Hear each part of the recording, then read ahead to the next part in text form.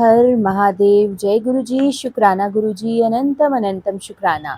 आइए संगत जी, गुरु जी की कृपा प्राप्त करते हैं और शिव पुराण के अगले अध्याय की तरफ चलते हैं, जिसमें आज हम जानेंगे कि बालक उपमन्यु को दूध के लिए दुखी देख माता का उसे शिव की आराधना के लिए प्रेरित करना तथा उपमन्यु की तीव्र तपस्या। ऋषियों ने पूछा, प्रभु, धौम्य के बड़े भाई उपमन्यु जब छोटे बालक थे तब उन्होंने दूध के लिए तपस्या की थी और भगवान शिव ने प्रसन्न होकर उन्हें क्षीर सागर प्रदान कर दिया था। परंतु शैशवावस्था में उन्हें शिव शास्त्र के प्रवचन की शक्ति कैसे प्राप्त हुई थी अथवा वे कैसे शिव के सत्व स्वरूप को जानकर तपस्या में निरत हुए।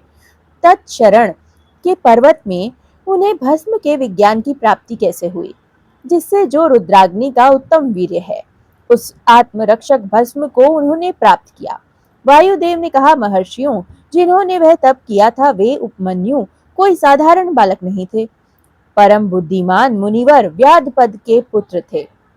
उन्हें जन्मांतर में ही सिद्धि प्राप्त हो चुकी थी, परंतु किसी कारणवश वे अपने पद से च्युत हो गए थे, योग भ्रष्ट हो गए थे। अतः भाग्यवश जन्म लेकर वे मुनि कुमार हुए। एक समय की बात है, अपने मामा के आश्रम में उन्हें पीने के लिए बहुत थोड़ा दूध मिला। उनके मामा का बेटा अपनी इच्छा के अनुसार गरम गरम उत्तम दूध पीकर उसके सामने खड़ा था। मातुल पुत्र को इस अवस्था में देखकर व्याधपाद कुमार उपमन्यु के मन में ईर्ष्या प्रकट हुई और वे अपनी माँ के पास जाकर बड़े प्रेम से बोले कि माता महाभागे तपस्विनी, मुझे अत्यंत स्वादिष्ट गरम गरम गाय का दूध दे दो, मैं थोड़ा सा नहीं पीऊंगा। बेटे की यह बात सुनकर व्याधपाद की पत्नी तपस्विनी माता ने के मन में उस समय बड़ा दुख हुआ। उसने पुत्र को बड़े आदर के साथ छाती से लगा लिया और प्रेम पूर्वक लाड प्यार करके अपनी निर्धनता का स्मरण हो आने से वह दुखी हो विलाप करने लगी। महातेजस्वी बालक उपमन्यु बार बार दूध को याद करते हुए रोने लगा और माता से कहने लगा कि माँ, दूध दो माँ। बालक के उस हट को जानकर उस तपस्विनी ब्राह्मण पत्नी ने उसके हट के निवारण के लिए एक सुंदर उपाय खोज निकाला। उसने स्वयं उच्च वृत्ति से कुछ बीजों का संग्रह किया था। उन बीजों को देकर उसने तत्काल उठा लिया और पीस कर पानी में घोल दिया और मीठी वाणी में बोली, आओ आओ मेरे लाल। यूं कहकर बालक को शांत करके हृदय से लगाकर और दुख से पीड़ित हो उसके कृत्रिम दूध उसके हाथों में ले लिया और बालक को देकर माता के दिए हुए उस बनावटी दूध को पीकर बालक अत्यंत व्याकुल हो उठा और बोला, माँ, ये तो दूध नहीं है। तब वह बहुत दुखी हो गई और बेटे का मस्तक चूमकर अपने दोनों हाथों से अपने कमल सदृश नेत्रों को पोंछती हुई बोली, बेटा, अपने पास सभी वस्तुओं का अभाव होने के कारण दरिद्रतावश मुझ अभागिन के पास पिसे हुए बीजों के पानी को घोलकर तुम्हें मिथ्या दूध बनाकर दे रही थी। तुम दूध नहीं पी सकते क्योंकि हमारे पास दूध नहीं, ऐसा कहकर रोते हुए मुझे बार बार दुखी करते हो, किंतु भगवान शिव की कृपा के बिना तुम्हारे लिए कहीं दूध प्रकट नहीं हो सकता। भक्ति पूर्वक माता पार्वती और अनुचरों सहित भगवान शिव के चरणाविंदों में जो कुछ समर्पित किया गया हो, वही संपूर्ण संपत्तियों का कारण है। महादेव जी ही धन देने वाले हैं। इस समय हम लोगों ने उनकी आराधना नहीं की है। वे भगवान ही सकाम पुरुषों को उनकी इच्छा के अनुसार फल देते हैं। हम लोगों ने आज से पहले कभी भी धन की कामना से भगवान शिव की पूजा नहीं की, इसलिए हम दरिद्र रह गए और यही कारण है कि तुम्हारे लिए दूध नहीं है। बेटा, पूर्व जन्म में भगवान शिव अथवा विष्णु के उद्देश्य से जो कुछ दिया जाता था वह वर्तमान जन्म में मिलता है, दूसरा कुछ नहीं। उपमन्यु बोले, माँ, यदि माता पार्वती सहित भगवान शिव विद्यमान है तब आज से शोक करना व्यर्थ है।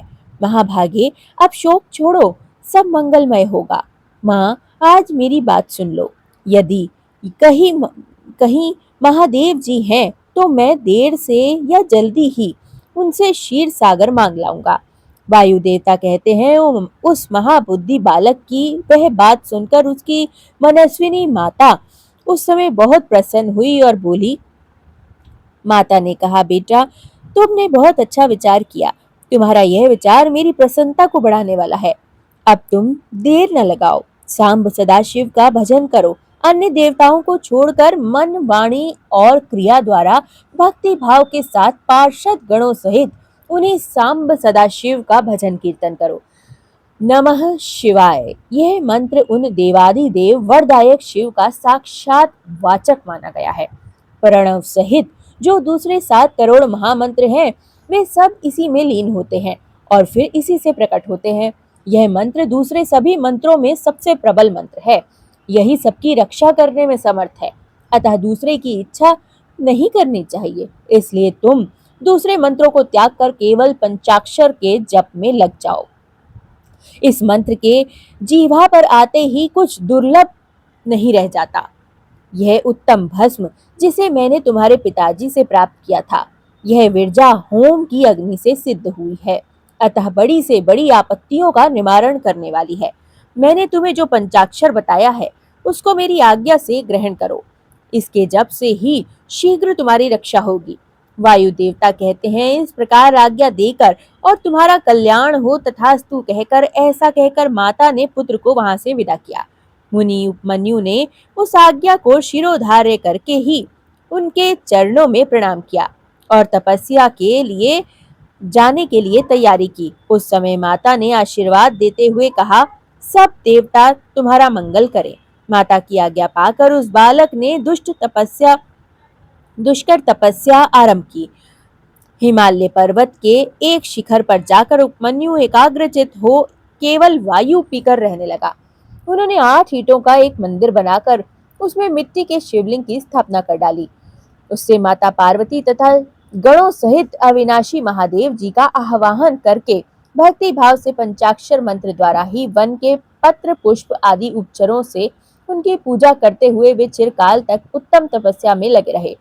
उस एकाकी क्रेकाय बालक द्विजवर उपमन्यु को शिव में मन लगाकर तपस्या करते देख मरीचि के शाप से पिशाचर भाव को प्राप्त हुए कुछ मुनियों ने अपने राक्षस स्वभाव से सताना और उनके तप में विघ्न डालना आरंभ कर दिया। उनके द्वारा सताए जाने पर भी उपमन्यु किसी प्रकार में तप में लगे रहे और सदा ओम नमः शिवाय का आर्तनाद की भांति जोर जोर से उच्चारण करते रहे। उस शब्द को सुनते ही उनकी तपस्या में विघ्न डालने वाले वे मुनि उस बालक को सताना छोड़ वहां से भागने लगे और उसकी सेवा करने लगे। ब्राह्मण बालक महात्मा उपमन्यु की उस तपस्या से संपूर्ण चराचर जगत प्रदीपित एवं संतृप्त हो उठा। हर हर महादेव। जय गुरुजी, शुक्राना गुरुजी, अनंतम अनंतम शुक्राना। हे महादेव, मेरी आपसे हाथ जोड़कर विनती है कि इस पाठ को जिस घर में पढ़ा या सुना जाए, उस घर के में सदा माँ लक्ष्मी के भंडारे भरे रहे। उधर कभी भी कोई अकाल मृत्यु या कोई भी काल दुर्घटना प्रवेश ना कर पाए। हे महाप्रभु, कलयुग का काल उस घर से कोसों दूर रहे और उस घर के समस्त संपूर्ण पितृ जो इस समय धरती पर पधारे हैं, उस संपूर्ण सुख को प्राप्त कर अपने अपने परिवारों में संतुष्टि प्राप्त कर उस परिवार को आशीर्वाद देते हुए अपने स्थान को जाएं। समस्त पितरों को भी संतुष्टि प्राप्त हो और उनका आशीर्वाद हमें प्राप्त हो महादेव। जय गुरुजी, शुक्राना गुरुजी, अनंतम अनंतम शुक्राना।